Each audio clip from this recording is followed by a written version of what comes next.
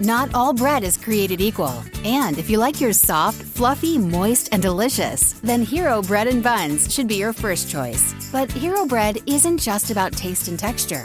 It's high in fiber with ultra-low net carbs with 0 grams of sugar. Order today at hero.co and use the code AH10 to get 10% off your first purchase. That's AH10 at hero.co, HERO.co for 10% off your first purchase.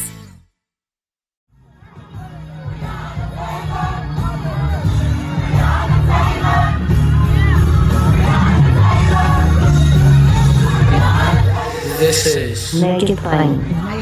MIP With Masamela Matfumo. Mark Thompson. Make It Plain. Get woke.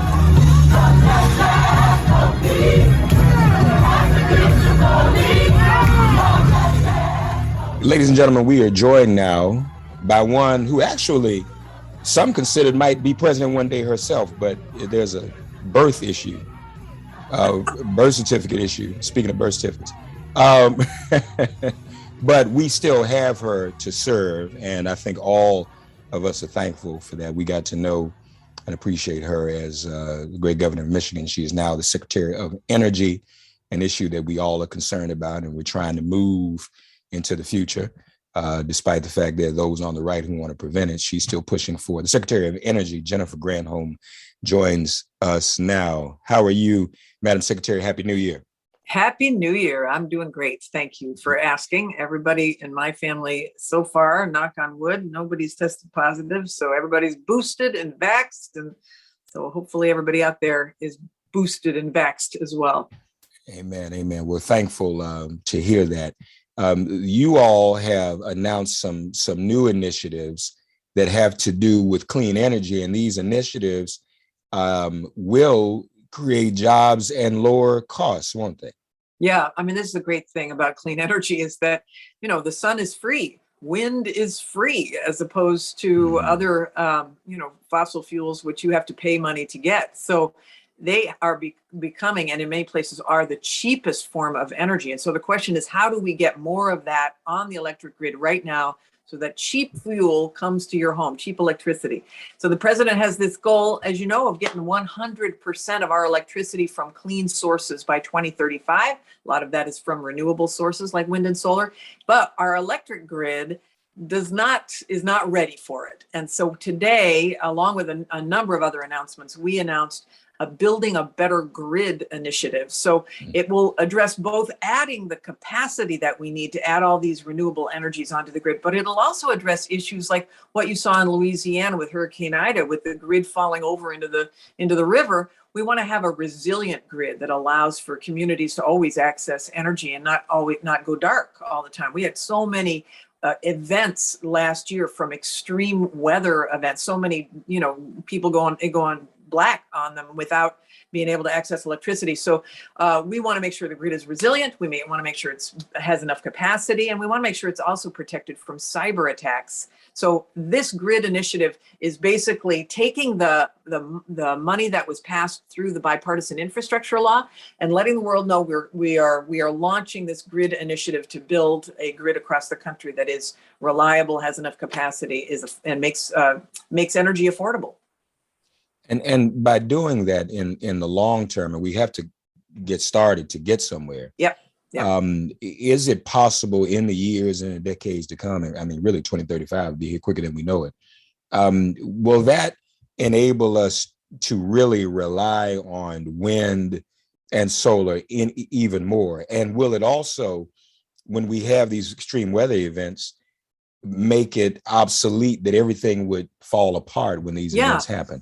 Yeah, so I mean, there's a couple things that have to happen. Number one, we think that the country could be powered by as much as 40% of our energy from solar by 2030 if we get cracking on getting it on. The president today announced leasing of offshore lands for offshore wind. So that's for wind.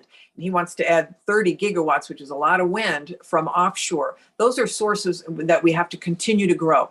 We're not going to get everything from renewables. We can also get them clean, zero carbon energy from hydropower, which are from dams, water that is used in dams. We can also get clean energy, zero carbon emission energy from nuclear power. We can also get it from geothermal power, which is the power of the earth beneath your feet that you can pull up, and that is clean and renewable as well. So there's all sorts of sources for clean energy, including cleaning up the energy that we already have. And that means removing carbon, CO2, which is of course causing climate change, from natural gas, from coal. And coal and natural gas, the fossil fuel industry, provides about 60% of our overall energy today. So we've got to really continue to move both on the technology as well as on the deployment of clean. Also, you all made an announcement about what you're able to do on public lands. Right. Unlike others who've made policy, for example, the past administration would not harm those public lands, right? Right. No, what we want to do is to say on these, we have just a huge amount in the Department of Interior has an entity called the Bureau of Land Management. So many of the lands that you drive through as you cross the country are public. They're owned by the federal government. They may have relationship with sovereign nations that are tribes, right, the tribal community.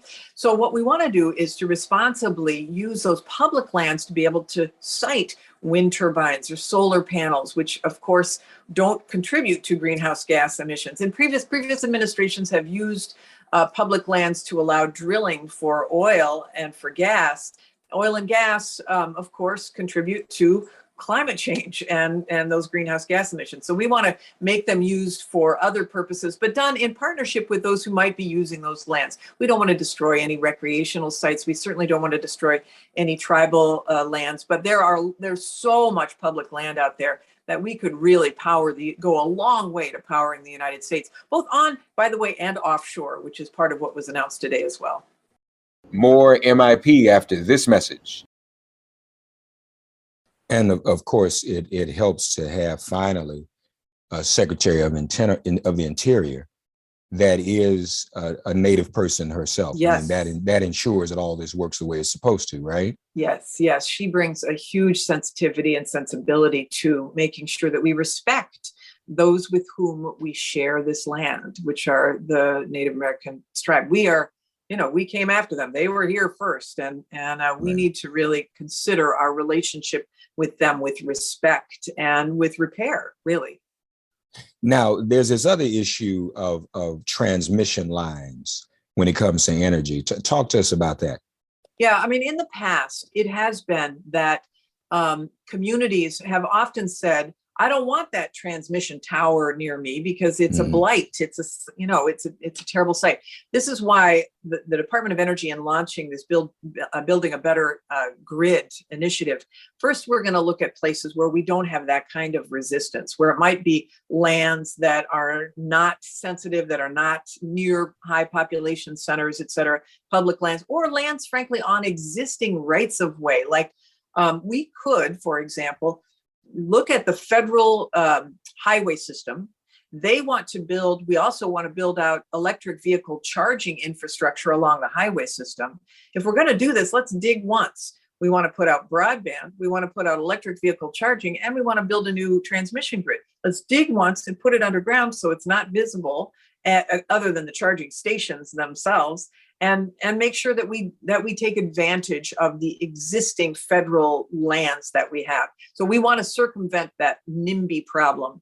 And I will say, undergrounding wires makes them invisible, whether it's in urban or rural or anywhere in between. And it takes away so much of the friction for being able to upgrade transmission. So I want to see as much of that as possible. And obviously, all of this also creates jobs, doesn't it? Oh, jobs everywhere. I mean, just the bipartisan infrastructure law creates about 1 million jobs a year. I mean, there's so many jobs in this, Mark. There's, electrician jobs for the grid. There's the people who will be laying pipes. There'll be people who are building the electric vehicles to be able to, plug in.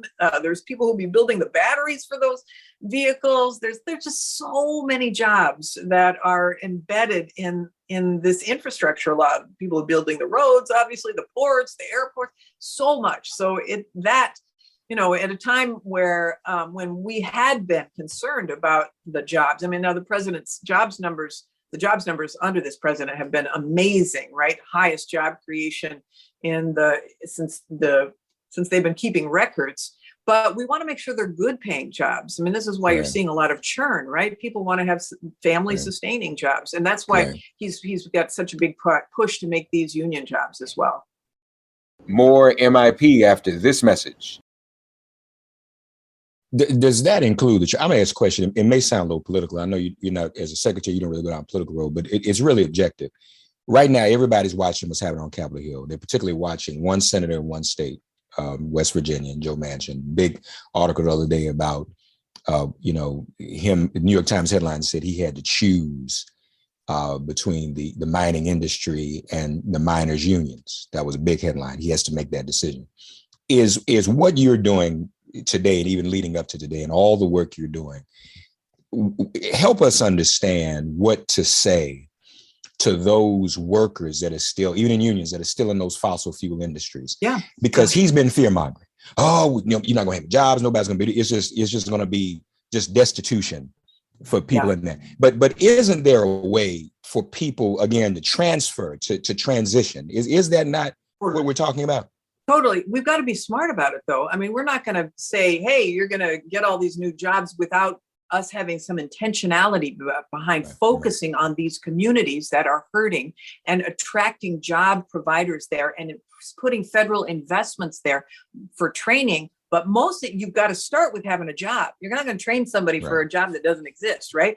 So the great thing about Energy 2.0, which is this clean energy environment, is that these communities, they have powered our nation for the past 100 years. And this is what Joe Manchin says. And he's right. We should be thanking them for making us the advanced nation that we are. And we want to have them see themselves as powering our nation for the next 100 years. And you can see where this is going globally. Everybody's going to clean. And so the question is, can we get these communities to see themselves as energy communities, but clean energy communities? That doesn't mean that oil and gas jobs completely go away. What it means, perhaps, is that you attach technology to the oil extraction to remove the carbon footprint, the CO2, so that you have actually clean natural gas without any methane emissions, without any CO2. That's really where the Department of Energy comes in, is the technology advances that we can bring to these communities where they can actually continue to do work in energy, clean energy, and in making sure that we are decarbonizing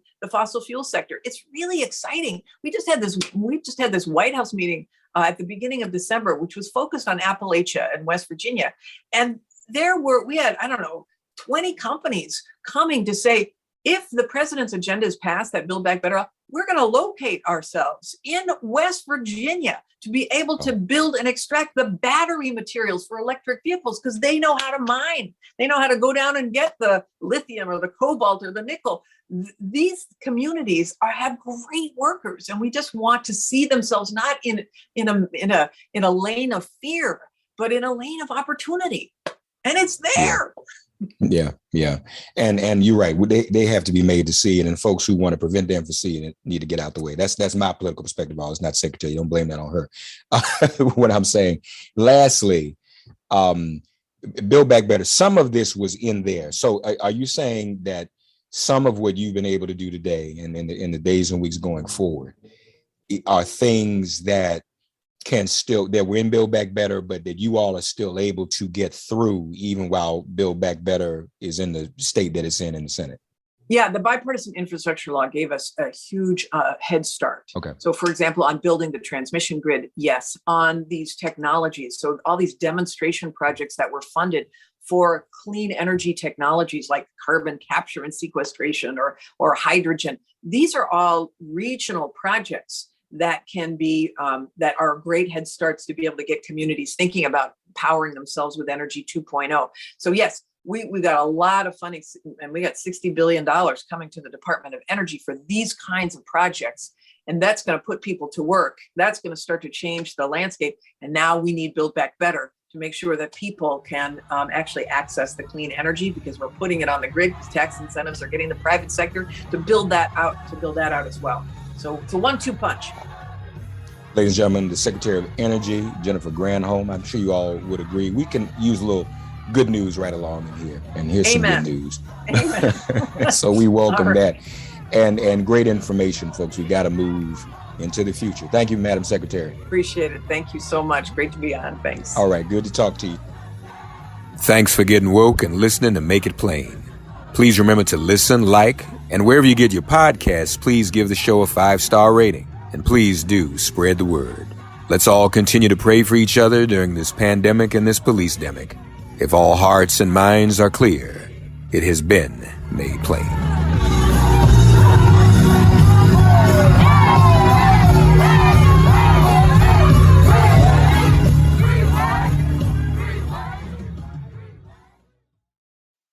Not all bread is created equal. And if you like yours soft, fluffy, moist, and delicious, then Hero Bread and Buns should be your first choice. But Hero Bread isn't just about taste and texture. It's high in fiber with ultra-low net carbs with 0 grams of sugar. Order today at hero.co and use the code AH10 to get 10% off your first purchase. That's AH10 at hero.co, HERO.co for 10% off your first purchase.